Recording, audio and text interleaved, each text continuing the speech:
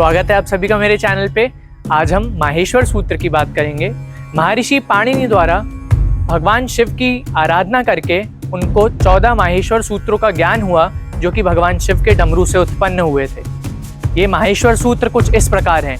ऐ उण रिल रिक ए ओं ऐं औ छाय वर टन न्यम गण नम झव गण दश जब गण दश ख फ छ ठ तप चट तप कपय शश सर हल। तो दोस्तों, ये था माहेश्वर सूत्र और यही संस्कृत की वर्णमाला है। आप भी इसको सुने और भगवान शिव की कृपा प्राप्त करें।